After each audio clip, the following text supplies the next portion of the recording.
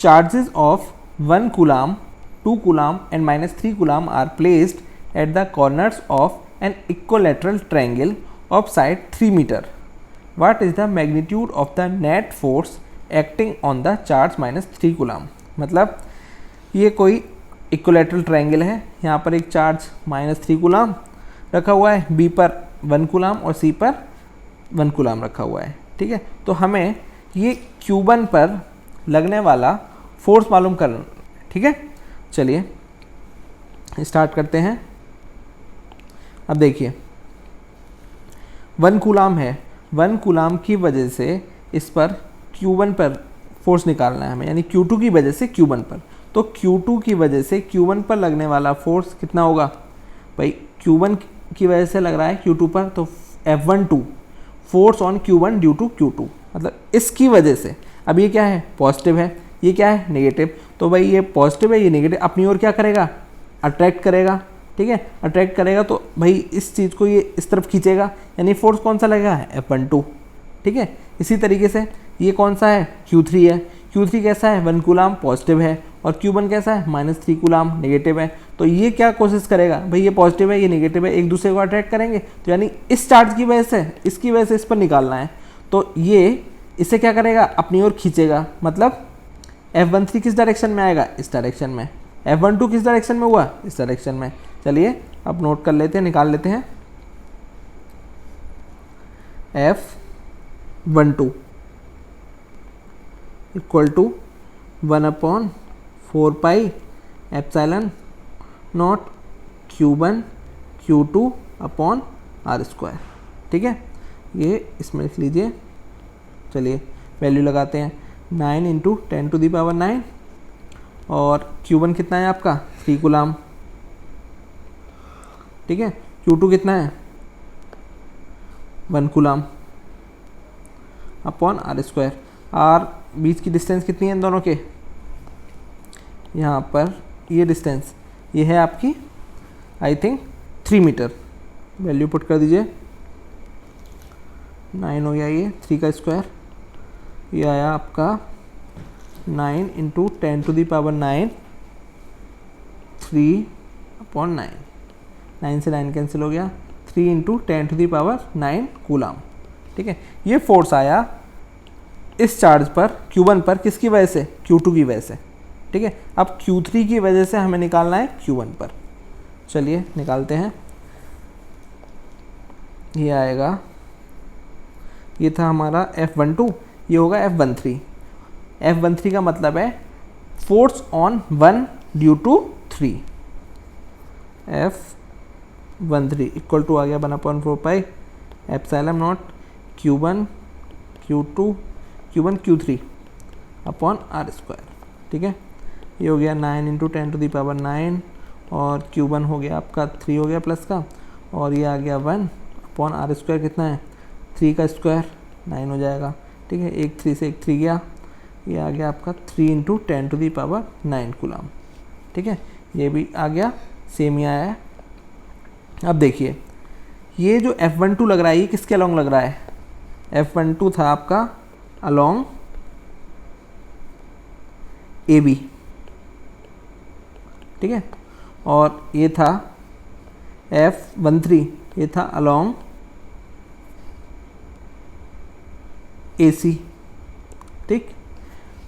हमने पैरेललोग्राम का एक लॉ पढ़ा हुआ है, उसमें क्या था? अगर दो फोर्स एक दूसरे से किसी एंगल पर लगे हुए हैं, पैरेललोग्राम बना रहे हैं, इस तरीके का हमने पढ़ा था। ये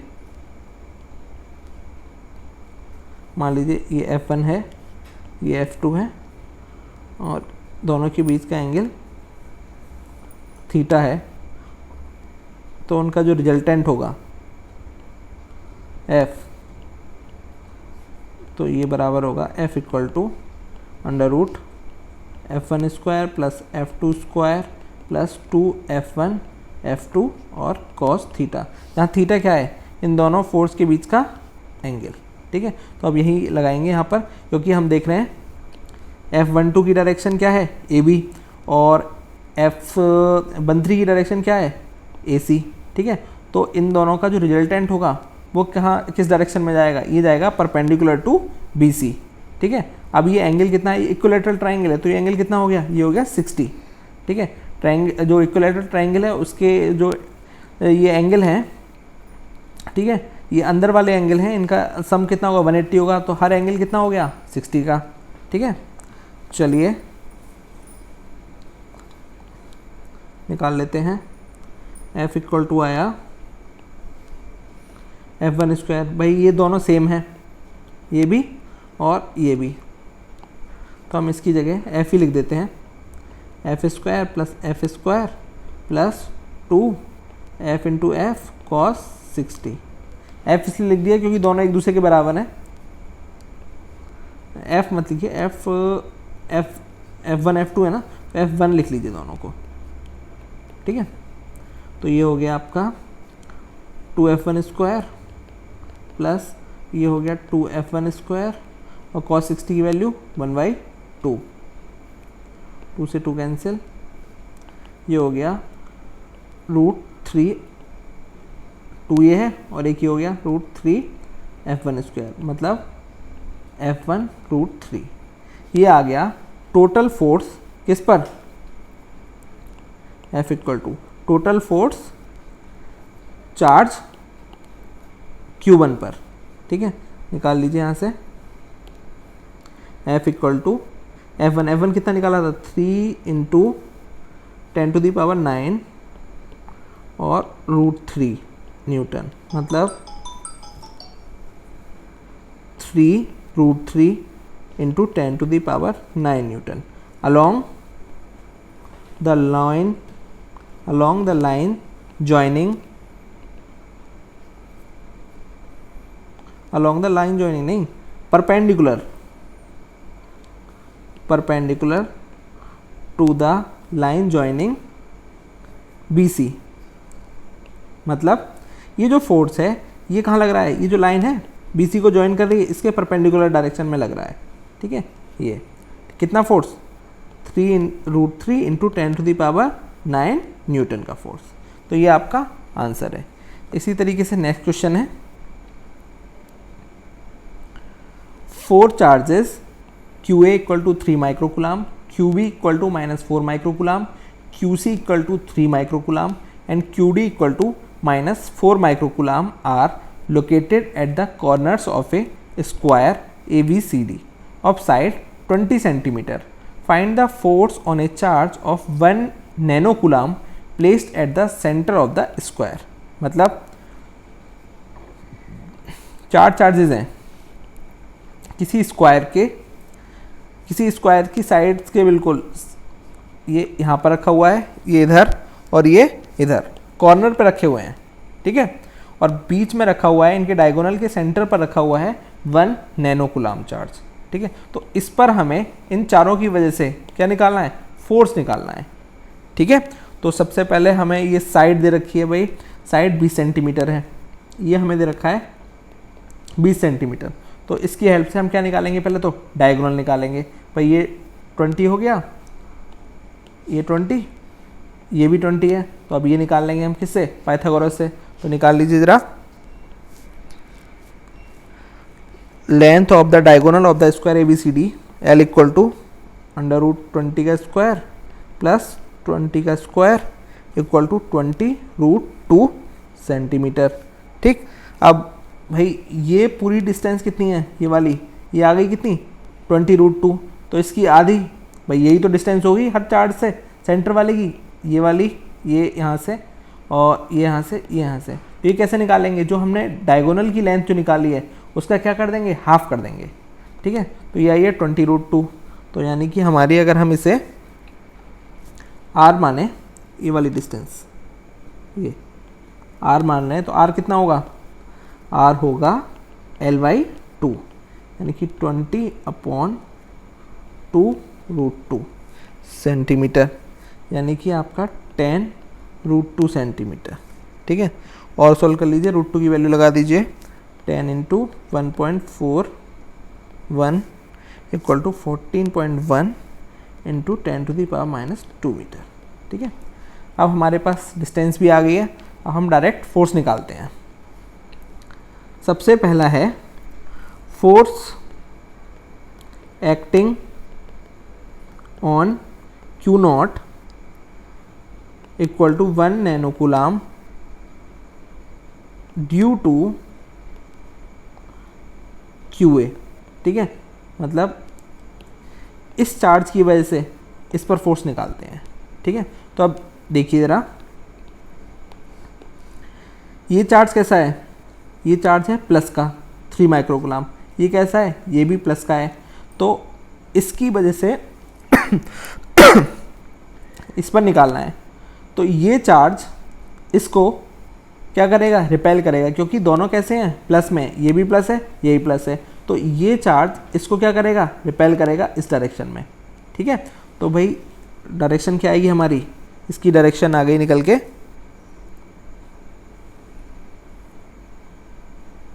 ये किसकी वजह से आया, एफ ए की वजह से, ए की वजह से आया, तो इसका नाम दे दिया हमने फोर्स का F A.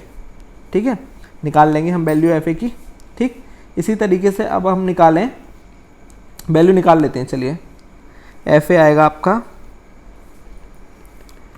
1/4 pi epsilon not Q0 QA upon R square equal to 9 into 10 to the power 9, 1 into 10 to the power -9 into 3 into 10 to the power -6 upon 14.1 into 10 to the power -2 का square equal to 1.36 into 10 to the power -3 newton. ठीक है, ये किसके along है, ये है along PC। ठीक है, अलोंग PC, ये आ गया आपका FA।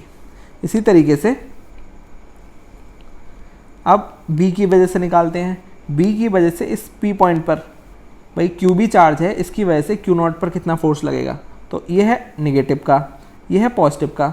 तो भाई ये चार्ज इसको क्या करेगा, ये इसको अपनी तरफ अट्रैक्ट करेगा।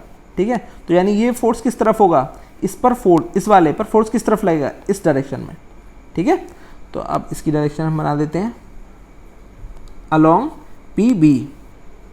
तो ये लगा भाई किसकी वजह से, B की वजह से, तो इसका नाम दे दिया हमने FB। ठीक है, FB की वैल्यू निकाल लेते हैं। एक सेकेंड, एक पेज और ऐड कर लेते हैं इसमें। चलिए, FB इक्वल to 1/4 pi epsilon not Q0 और ये QV अपॉन R स्क्वायर। ये वैल्यू निकल के आएगी, हम पुट कर देंगे सेम वैल्यू, लगभग कितनी आएगी, QB की वजह से। ठीक है, चलिए कितना है, -4 माइक्रोकूलाम है। सॉल्व कर लेते हैं। 9 into 10 to the power 9 into 1 into 10 to the power -9 into 4 into 10 to the power -6 upon 4.1 into 10 to the power -2 square, लगभग आएगी 1.81 न्यूटन FB। ठीक है, अलोंग, भाई देख लीजिए, इसकी वजह से, B वाले की वजह से इस पर किस डायरेक्शन में लग रहा है, अलोंग PB, अलोंग PB। चलिए, अब तीसरा फोर्स देख लेते हैं FC। FC किसकी वजह से लगेगा, प्लस का 3 माइक्रोकूलाम है, ये भी प्लस का है, तो ये वाला चार्ज इसे क्या करेगा, रिपेल करेगा। रिपेल किस डायरेक्शन में, इस डायरेक्शन में। भाई ये इसे कहाँ भेजेगा, इधर ही तो भेजेगा। अगर इधर भेजता तो अट्रैक्शन होता, वो कब होता, जब ये नेगेटिव होता, बट ये क्या है, पॉजिटिव है, तो ये क्या करने की कोशिश करेगा, इसे इस डायरेक्शन में भेजेगा। तो फोर्स लगाया इसने इस तरफ, FC की वजह से। ठीक, तो FC कितना आ गया, अलोंग आ गया किसके, PA, 1/4 pi epsilon not Q0 QC upon R square. भाई QC का जो मैग्नीट्यूड है वो 3 माइक्रोकूलाम है और QA का भी 3 माइक्रोकूलाम था, तो लगभग सेम आएगा ना, ये आ जाएगा लगभग 1.36 into 10 to the power -3 newton. क्यों ये लिख दिया हमने, भाई हमारे पहले वाला जब निकाला था तो उसमें भी कितना था, भाई साइन क्या है, साइन ही तो अलग है, साइन भी सेम ही है, बल्कि 3 माइक्रोकुलाम है, प्लस का वो भी 3 माइक्रोकुलाम था, सेम फोर्स है, बस डायरेक्शन अलग है। ठीक है, अब अगला निकालते हैं हम एफ डी। ये एफ डी है। ठीक है, क्यू चार्ज कितना है, -4 माइक्रोकुलाम, और ये कितना है, प्लस का है। अब ये माइनस का इस पर क्या लगाएगा, अट्रैक्ट करेगा, रिपेल करेगा, ये इसे, ये चार्ज इस चार्ज को इस डायरेक्शन में खींचेगा अपनी तरफ। ठीक है, तो फोर्स किस तरफ लग रहा है इस पर, इस डायरेक्शन में लग रहा है, किस डायरेक्शन में, पी डी डायरेक्शन में। तो बना लीजिए ये पी डी डायरेक्शन में। ठीक है, एफ डी। ठीक है, एफ डी कितना आ गया, 1/4πε0 Q naught Q D upon R square, और ये भी आ जाएगा लगभग, क्योंकि 4 माइक्रोकुलाम ही कितना था, बी पर था, सेम आ जाएगा फोर्स लगभग 1.81 न्यूटन अलॉन्ग पी डी। अब आपके पास 4 फोर्स आ चुके हैं, F B, F D, F C और एफ ए। एफ सी बराबर आया है एफ ए के, देख लीजिए एफ सी जो है ये किसके बराबर आया है, एफ ए के, और एफ बी बराबर आया है एफ डी के। ठीक है, और डायरेक्शन कैसी है एक दूसरे की, बिल्कुल अपोजिट। ठीक है, ये इसकी भाई एफ ई की एफ डी का अपोजिट है, तो ये सारे मिलके क्या कर देंगे, एक दूसरे को कैंसिल कर देंगे। तो आपका नेट फोर्स कितना आ गया, नेट फोर्स आया, नेट फोर्स आ जाएगा, नेट फोर्स बराबर 0। क्यों भाई, डायरेक्शन अलग अलग है भाई। एफ हम निकालें टोटल, एफ बराबर हो गया F A plus F B plus F C plus F D. ठीक है, तो डायरेक्शन उल्टी उल्टी है, F A plus F B, और से एफ सी को क्या लिख सकते हैं हम, माइनस का एफ ए लिख सकते हैं। इस तरीके एफ डी को क्या लिख सकते हैं, माइनस का एफ ई। क्यों, क्योंकि फोर्स सेम है, बस डायरेक्शन क्या है, अलग अलग है, अपोजिट डायरेक्शन है। ठीक है, तो एफ ए से एफ बी से एफ बी कैंसिल हुआ, एफ ए से एफ ए कैंसिल हो गया। देख लीजिए यहाँ पे एफ बी किसके बराबर था, एफ बी किसके बराबर था, एफ डी के। ठीक है, सही है, तो नेट फोर्स कितना आ गया, 0 आ गया। ठीक, यानी 1 नैनो कुलाम पर जो फोर्स है, टोटल फोर्स कितना लग रहा है, 0 लग रहा है।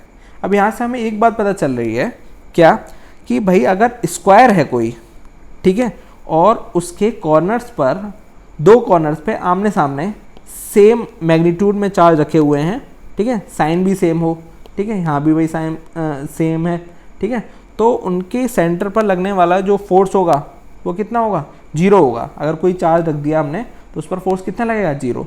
तो हम इस बात को नोट करके लिख लेते हैं यहाँ पर, net force acting on A charge of any magnitude placed at center of a square is 0 if charges of equal magnitude at same sign are placed at opposite corners of the square।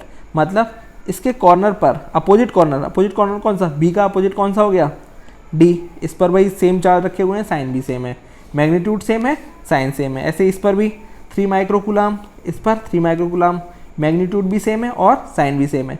तो इस तरीके की अगर और भी कोई problem मिलेगी हमें, तो हम सेंटर पर डायरेक्ट बिना निकाले कितना लिख देंगे, फोर्स 0। ठीक है, तो अब आगे इस तरीके के क्वेश्चन आते हैं तो हमें सॉल्व करने की जरूरत नहीं है, हम डायरेक्ट उसका आंसर लगा सकते हैं कंपटीशन में कि भाई 0 है नेट फोर्स। ठीक है, सेंटर पर अगर कोई भी आपका चार्ज रखा हुआ है। ठीक है, अब नेक्स्ट टॉपिक आएगा हमारा कंटिन्यूअस चार्ज डिस्ट्रीब्यूशन, जिसे हम अगले लेक्चर में कवर करेंगे। Thank you, subscribe.